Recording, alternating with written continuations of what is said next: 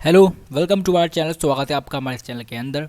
और अब जब आप लोगों ने इस वीडियो पर क्लिक कर ही दिया है तो इस वीडियो के साथ बने रहिए, क्योंकि इस वीडियो में हम बहुत ही इंपॉर्टेंट चीज़ डिस्कस करने वाले हैं। उसके पहले अगर आप लोगों ने हमारे चैनल को सब्सक्राइब नहीं किया तो हमारे चैनल को सब्सक्राइब कर दीजिए। और अगर आप लोगों ने वीडियो को लाइक भी नहीं किया है तो मुझे नहीं पता आप लोग क्या कर रहे हैं, बट आप लोग जल्दी से इस वीडियो को लाइक कर दीजिए। अब चलिए हम चलते हैं आगे हमारे टॉपिक की ओर।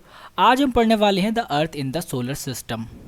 अगर आप लोगों को ये चीज़ पढ़नी है तो आ जाइए इस वीडियो की तरफ, क्योंकि इस वीडियो में हम ये सब चीज़ें डिस्कस करने वाले हैं। ये टॉपिक है हमारा ज्योग्राफी क्लास 6 चैप्टर 1। इसके अंदर हम एनसीईआरटी की एक्सप्लेनेशन इन डेप्थ देने वाले हैं। तो अगर आपको एनसीईआरटी की एक्सप्लेनेशन चाहिए इस चैप्टर की तो आप बिल्कुल सही जगह पर आए हैं। इस वीडियो के साथ आगे तक बने रहिए।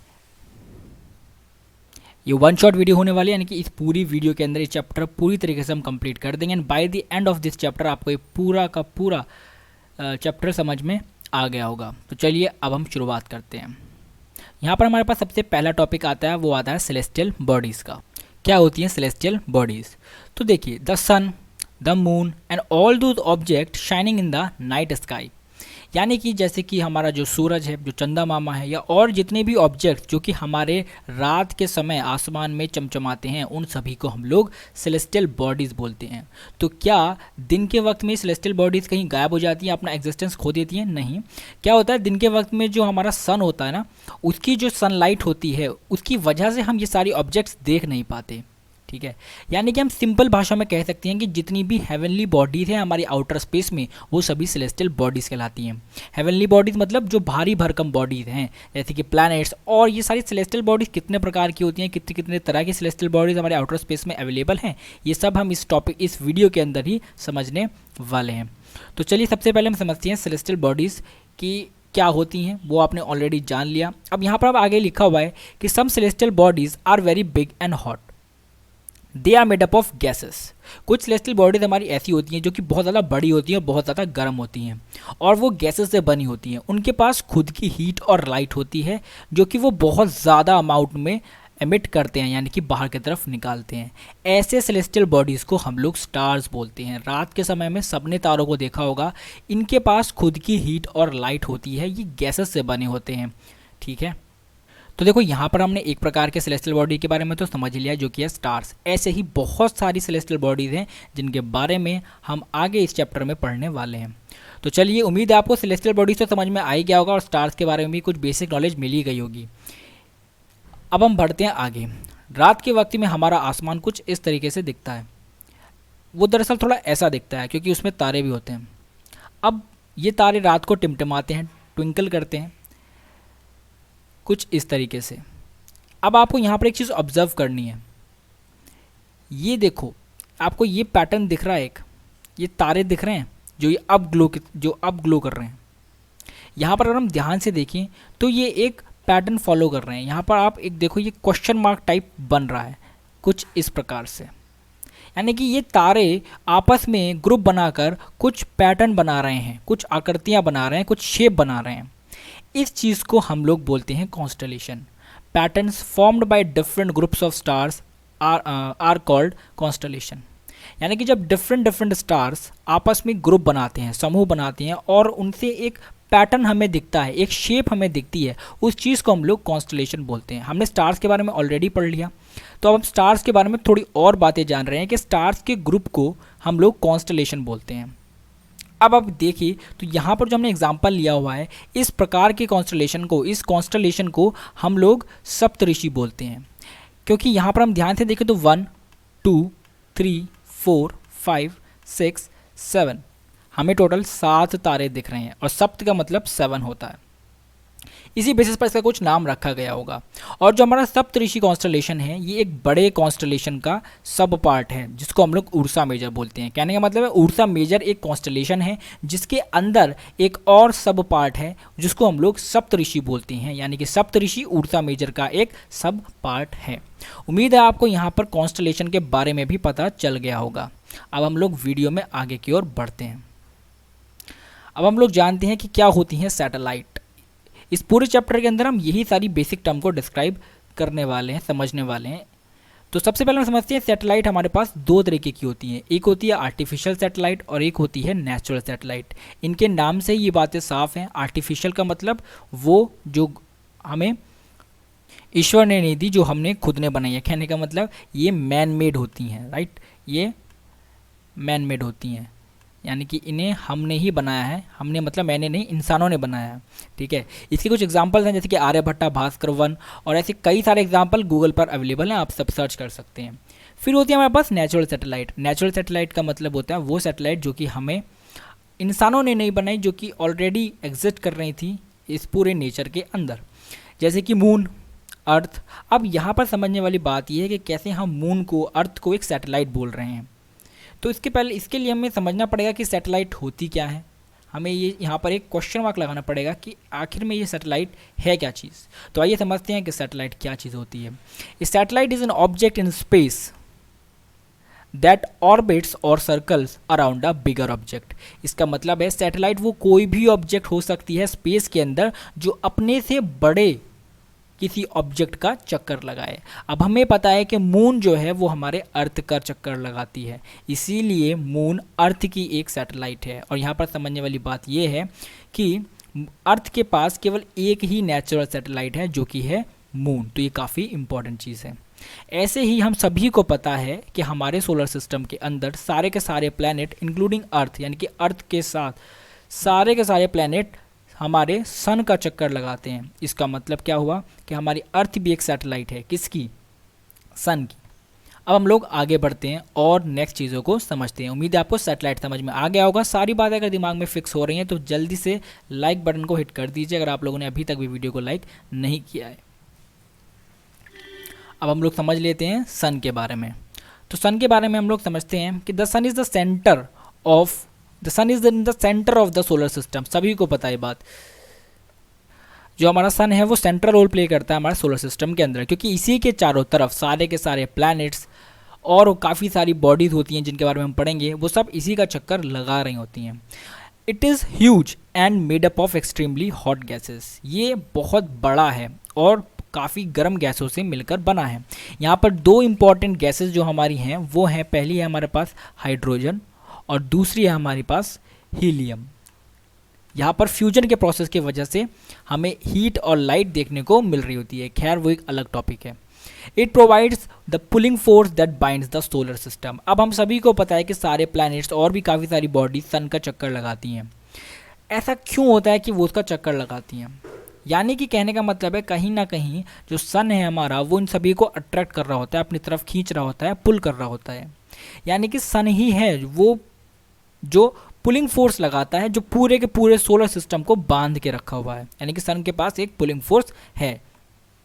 Now the sun is the ultimate source of heat and light of for the solar system. ये हम सभी को पता है कि अगर हम अपने अर्थ का ही एग्जांपल लें तो अगर हमारे यहाँ पर हीट ना हो, यानी कि अगर सन की लाइट ना हो तो काफ़ी सारे प्रोसेस होने रुक जाएंगे। हमारे लिए हीट और सन की जो हीट है और लाइट है वो काफ़ी ज़्यादा इम्पॉर्टेंट है। फोटोसिंथेसिस के प्रोसेस के लिए और भी काफ़ी सारे लाइफ प्रोसेस हैं जहाँ पर सन की ज़रूरत हमें पड़ती है।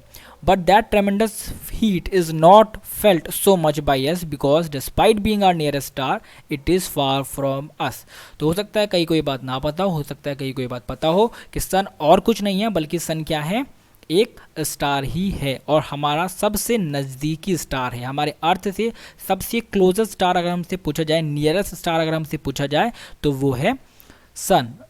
लेकिन यहाँ पर सवाल है कि इतने पास होने के बाद भी हमें इतनी ज़्यादा गर्मी क्यों नहीं लगती? हालांकि बहुत गर्मी लगती है हमें तो, लेकिन फिर भी हमें उतनी नहीं लगती। तो इसका क्या रीज़न है? इसका रीज़न है कि ये बहुत पास तो है, लेकिन वो पास का जो डिस्टेंस है ना वो पता है कितना है? वो डिस्टेंस है 150 मिलियन किलोमीटर। तो 150 मिलियन किलोमीटर हालांकि बाकी स्टार की कंपेरिजन में तो काफ़ी पास है, लेकिन जितनी पास है वो मैंने आपको बता ही दिया, 150 मिलियन किलोमीटर, जो कि बहुत बड़ा डिस्टेंस होता है।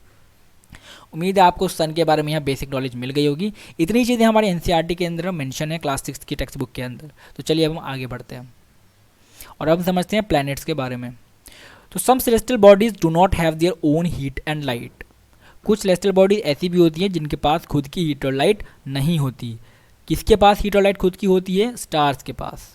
लेकिन कुछ के पास नहीं होती, और जिनके पास नहीं होती है उन्हीं को हम लोग प्लैनेट्स बोल रहे होते हैं। यानी कि प्लैनेट्स के पास खुद की हीट और लाइट नहीं होती। अब अगर प्लैनेट्स के पास खुद की हीट और लाइट नहीं होती, जैसे कि हमारे अर्थ है इसके पास खुद की हीट और लाइट नहीं है, तो फिर ये लोग चमकते कैसे हैं?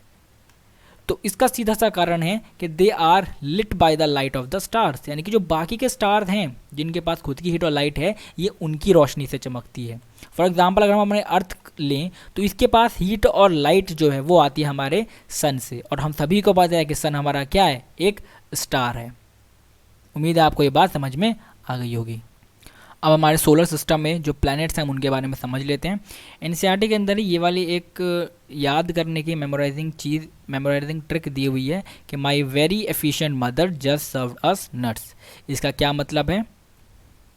तो इसका मतलब क्या है, ये जो है हमारे प्लैनेट्स के नाम दिए हुए हैं विद रिस्पेक्ट टू कि हमारी सन से कितनी ज़्यादा दूरी पर है। तो यहाँ पर जो हमारा सबसे पहला प्लैनेट होता है वो होता है मरक्यूरी, फिर हमारे पास होता है वीनस, फिर हमारे पास होती है हमारी अर्थ, फिर हमारे पास होता है मार्स, उसके बाद जुपिटर, फिर सैटर्न, फिर यूरेनस, फिर नेपच्यून। तो यहाँ पर ये चीज़ बताई जा रही है। तो आप इस एक सेंटेंस की मदद से ये सारे के सारे प्लैनेट्स याद कर सकते हो कि भाई ये सन से कितनी ज़्यादा दूरी पर हो रहे हैं। ठीक है, अब सबसे पहली चीज़ हम समझते हैं कि all the 8 planets of the solar system moves around the sun in a fixed path, these paths are elongated, they are called orbits. तो हमारे जो प्लैनेट्स हैं हम सभी को पता है कि वो सन का चक्कर लगाते हैं, लेकिन हमको ये पता होना चाहिए कि वो कोई भी रैंडम पाथ फॉलो नहीं करते, ऐसे कुछ भी जिगजैग नहीं फॉलो करते, वो एक फिक्स्ड पाथ को ही फॉलो करते हैं, यानी कि उनका जो मोशन होता है वो एक फिक्स्ड उसका होता है, फिक्स्ड ट्रैजेक्टरी फॉलो करते हैं वो लोग। ठीक है, और जो उनकी जो वो पाथ होती है जिस यानी कि एक बेसिकली एक रास्ता होता है, जैसे कि हम अब अगर हम लोग चलते हैं तो हम लोग रास्ते पर चलते हैं, है ना, ऐसे ही स्पेस के अंदर भी कुछ रास्ते बने हुए हैं, हालांकि वो विजिबल नहीं है, दिखते नहीं है, बट क्योंकि हमारे जो प्लैनेट्स हैं वो एक फिक्स्ड पाथ को ही फॉलो कर रहे होते हैं, तो इसीलिए हम लोग बोल देते हैं उस फिक्स्ड पाथ को ही हम लोग ऑर्बिट बोल रहे होते हैं। अब ये जो ऑर्बिट हमारी, ये ऑर्बिट के पास जो हमारी ऑर्बिट है ये हल्की से इलोंगेटेड होती है। ठीक है, इलोंगेटेड का क्या मतलब होता है, जब हम देखते हैं कि जो प्लैनेट्स वगैरह हैं ये सब सन का चक्कर लगा रहे होते हैं, हमको लगता है कि ये सर्कुलर पाथ को फॉलो कर रहे हैं, बट वो लोग सर्कुलर नहीं होती। ठीक है, तो फिर वो कैसी होती है, वो हल्की सी इलोंगेटेड होती है। इलोंगेटेड मतलब आप सर्कल को पकड़ के ना हल्का सा खींच दो तो वो थोड़ा ऐसे बन जाता है, हल्के से एग की शेप में बन जाता है, जो शेप यहाँ पर हमें दिख रही है, बेसिकली इस तरीके की कुछ शेप। ठीक है, उम्मीद है आपको ये बात समझ में आ गई होगी। अब हम लोग नेक्स्ट एक इंपॉर्टेंट बात समझते हैं वीनस के बारे में। वीनस को ना हम लोग अर्थ का ट्विन कहते हैं, यानी कि अर्थ का जुड़वा कहते हैं। ऐसा इसलिए क्योंकि जो वीनस का साइज और शेप है वो बहुत ज़्यादा सिमिलर है हमारे अर्थ के। तो ये बहुत ज़्यादा इंपॉर्टेंट फैक्ट है जो कि हमें पता होना चाहिए। हमारे कॉम्पिटिटिव एग्जाम में या बाकी सारे एग्जाम्स में काफ़ी ज़्यादा पूछा जा सकता है।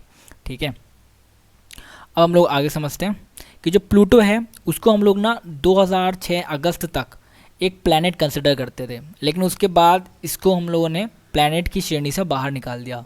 ऐसा इसलिए क्योंकि 2006 में एक नई डेफिनेशन आई प्लैनेट्स की, जिस पर ये जो हमारा प्लूटो है ये खरा नहीं उतर पाया, तो इसको हम लोगों ने प्लैनेट्स की कैटेगरी से निकाल करके बाहर कर दिया। तो फिर इसके बाद हम लोग इसको ड्वार्फ प्लैनेट बोलने लगे। ठीक है, तो ये भी एक इंपॉर्टेंट चीज़ है, ये पूछी जा सकती है कि कौन से प्लैनेट को ड्वार्फ प्लैनेट बोला जाता है। ड्वार्फ का मतलब होता है बौना, हल्के सा जिसकी हाइट छोटी होती है। ठीक है, उम्मीद है आपको ये सारी बातें समझ में आ गई होंगी प्लैनेट्स के बारे में, जो बेसिक चीज़ें हमने समझी। हम लोग आगे की तरफ बढ़ते हैं और समझते हैं अर्थ के बारे में। अब हम लोग, मैंने अर्थ को हल्का सा ना ब्लू फॉन्ट से दिखाया हुआ है यहाँ पे, ऐसा इसलिए क्योंकि हमारे अर्थ को ब्लू प्लैनेट बोलते हैं, क्योंकि यहाँ पर लगभग 71% वाटर होता है और रेस्ट हमारे पास लैंड होता है। इसकी वजह से, क्योंकि हमें ऊपर से जब हम देखते हैं आउटर स्पेस से, तो हमें नीला नीला दिखता है, राइट, ब्लू दिखता है, इसलिए हम लोग इसको ब्लू प्लैनेट बोलते हैं। अब जो हमारी अर्थ है वो हमारी थर्ड नियरेस्ट प्लैनेट है टू द सन, जो कि हमने ऑलरेडी देख लिया था, जो कि हम यहाँ पर देख सकते हैं। सबसे पहले हमारे पास होता है Mercury, then Venus second number पर, एंड देन थर्ड नंबर पर अर्थ, यानी कि अर्थ थर्ड नंबर पर होती है हमारे सन। अब हम बात करें साइज़ के टर्म्स में, तो साइज़ के टर्म्स में हमारी जो अर्थ है वो फिफ्थ लार्जेस्ट प्लैनेट है। अब आपका एक होमवर्क है कि आपको पता करना है कि हमारा जो है सोलर सिस्टम के अंदर सबसे लार्जेस्ट प्लैनेट कौन सा है। फिफ्थ नंबर पर तो अर्थ है, पता करना है कि सबसे ज़्यादा लार्जेस्ट प्लैनेट कौन सा है। अब it is slightly flattened at the poles, इसका क्या मतलब है, ये हमारी अर्थ है। अब इसे हम आगे के चैप्टर्स में और से समझेंगे कि क्या होता है पोल्स, इक्वेटर्स, इन सभी के बारे में हम लोग समझेंगे। तो क्या होता है ना, यहाँ पर हमारे एक एक्सेस पास कर रही होती है, और इसको जिस दो पॉइंट से हमारे एक्सेस पास करते हैं इसको हम लोग पोल्स बोलते हैं। एक को हम बोलते हैं नॉर्थ पोल और एक को हम बोलते हैं साउथ पोल। ठीक है, तो पोल से क्या होता है, ये हल्की सी फ्लैटेंड होती है। फ्लैटेंड मतलब चपटी होती है, यानी कि अगर आप सपोज ऐसा कर सकते हो कि आप लोग नॉर्थ पोल और साउथ पोल पर एक हथौड़ा मार दोगे तो ये हल्की सी कैसी दिखेगी, फ्लैटेंड दिखेगी, थोड़ी ऐसी दिख जाएगी इस शेप में। इस शेप को हम लोग जियोइड बोलते हैं। क्या बोलते हैं, जियोइड। एक स्पेशल शेप दी, हमारे अर्थ की जो शेप है वो सर्कुलर नहीं है, वो ओवल नहीं है, उसकी शेप का एक अलग ही नाम है जिसका नाम है जियोइड, जिसका मतलब होता है अर्थ लाइक शेप। ठीक है, तो चलिए अब हम समझते हैं हमारे मून के बारे में, जो कि हमारी नेचुरल सैटेलाइट है अर्थ की। अब its diameter is only 1/4 that of earth. कहने का मतलब है अगर हम अर्थ का डायमीटर सपोज d मान लें तो जो हमारा मून का डायमीटर है वो d/4 होगा।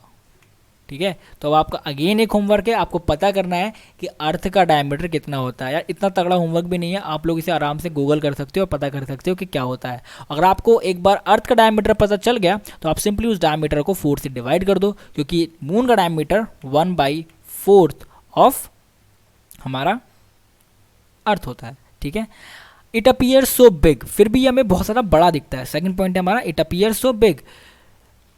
अब ऐसा इसीलिए है क्योंकि ये हमारे बहुत ज़्यादा नज़दीक है ना। अब हम एरोप्लेन की बात करें, एरोप्लेन हमसे काफ़ी दूरी पर होते हैं, है ना, जिसकी वजह से वो हमें काफ़ी ज़्यादा छोटे दिखते हैं। बट क्या एक्चुअल में वो इतने छोटे होते हैं? नहीं, वो बहुत ज़्यादा उनका साइज़ बड़ा होता है। जब वो हमारे पास आ गए होते हैं तब हमें पता चलता है उसका एक्चुअल साइज़। इसी वजह से जो स्टार्स हैं वो बहुत ज़्यादा बड़े हैं, इतने ज़्यादा बड़े हैं आप सोच भी नहीं सकते, कल्पना भी नहीं कर सकते, वो बहुत ज़्यादा बड़े हैं। बट वो हमें फिर भी पॉइंट साइज दिखते हैं, एक बिंदु के समान दिखते हैं। ऐसा इसलिए क्योंकि वो हमसे बहुत बहुत ज़्यादा दूर हैं। ठीक है, आप अनुमान लगा सकते हैं कि जो हमारी सन था वही हमसे मिलियन किलोमीटर अवे था, और ये जो हमारे स्टार्स है ना बाकी के, ये हमसे उससे भी कई गुना ज़्यादा दूरी पर है, तो वो इसीलिए हमें इतना ज़्यादा छोटे दिखते हैं। जबकि मून जो है वो हमारे काफ़ी नज़दीक है, इसीलिए वो हमें इतना बड़ा दिखता है। अब हमारे पास दो तरीके के मोशंस होते हैं, पहला रोटेशन, दूसरा रिवॉल्यूशन, जो इसके बारे में हम आगे चैप्टर्स में और डिटेल में पढ़ेंगे। रोटेशन का मतलब होता है अपनी एक्सिस पे जब वो घूमता है, ठीक है ना, यानी कि अपनी पोजीशन नहीं छोड़ता, अपनी ही एक्सिस पर घर घर घर घर घर घूमता है। रिवॉल्यूशन जब वो अपनी एक्सिस छोड़ करके जगह जगह पर घूमने लगता है। आप सिंपली फिलहाल इतना ही समझ सकते हो। अब जितना टाइम रोटेशन में लगता है, यानी कि अपनी एक्सिस पर घूमने में लगता है, उतना ही टाइम रिवॉल्व करने में लगता है हमारे मून को। अब वो टाइम कितना है, 27 डेज। अब इसकी वजह से होता क्या है कि हमने आज तक केवल मून का एक ही साइड देख पाए हैं, हालांकि अब शायद कुछ उसके दूसरे साइड के पिक्चर्स भी अवेलेबल हैं। अब जो हमारा मून है वो लाइफ को सपोर्ट नहीं करता आज के टाइम पर। आज के टाइम तक तो यही माना जाता है कि केवल शायद अर्थ ही वो प्लैनेट है जहाँ पर लाइफ सपोर्ट हो सकती है। हालांकि मार्स पर भी कई शायद बोले गए हैं कि मार्स पर भी शायद लाइफ आगे जा कर के सपोर्ट करे।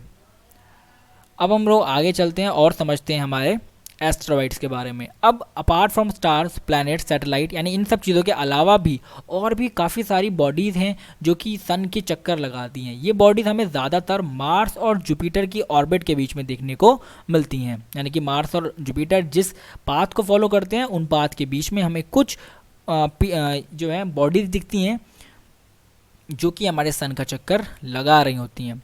अब ऐसा माना जाता है, कुछ साइंटिस्ट का कहना ये है कि ये एस्ट्रॉयड और कुछ नहीं है बल्कि ये प्लैनेट्स का ही पार्ट थी, जो कि बहुत टाइम पहले उससे टूट करके, उससे जो है प्लैनेट से फट करके अलग हो गए, और अब वो लोग वही चीज़ कर रहे हैं जो उनके प्लैनेट्स कर रहे थे। जैसे कि जो उनके पेरेंट्स कह सकते हैं, जैसे जो पेरेंट्स करते हैं वैसे ही चाइल्ड करता है, ऐसी जो ये हमारे एस्ट्रॉयड है माना जाता है कि ये प्लैनेट से ही निकल के गुजरे हैं, निकले हैं, इसीलिए वो लोग भी वही काम करते हैं जो उनके पेरेंट्स करते थे, यानी कि जो प्लैनेट्स करते थे, अर्थ हमारे सन का चक्कर लगाते थे, और अब वो ही एस्ट्रॉयड भी करते हैं। तो एस्ट्रॉयड के बारे में इतनी ही इन्फॉर्मेशन हमारी एनसीईआरटी के टेक्स्ट बुक के अंदर देखी मेंशन है, तो हम इतनी ही समझेंगे भी।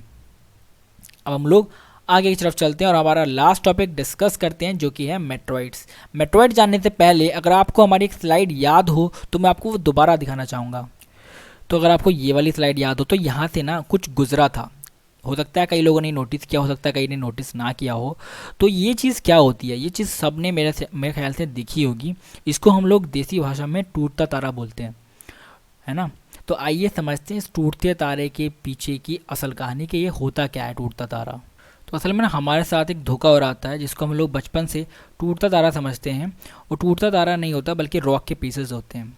The small pieces of rocks which moves around the sun are called meteoroids. ठीक है, ये कुछ रॉक्स के पीसेस होते हैं जो कि सन का चक्कर लगा रहे होते हैं, यानी कि कोई तारा वारा नहीं होता कि अगर तारा टूट के गिर गया तो शायद पृथ्वी भी ख़त्म हो जाएगी, क्योंकि उसका साइज़, एक स्टार का साइज़ बहुत बहुत ज़्यादा बड़ा होता है।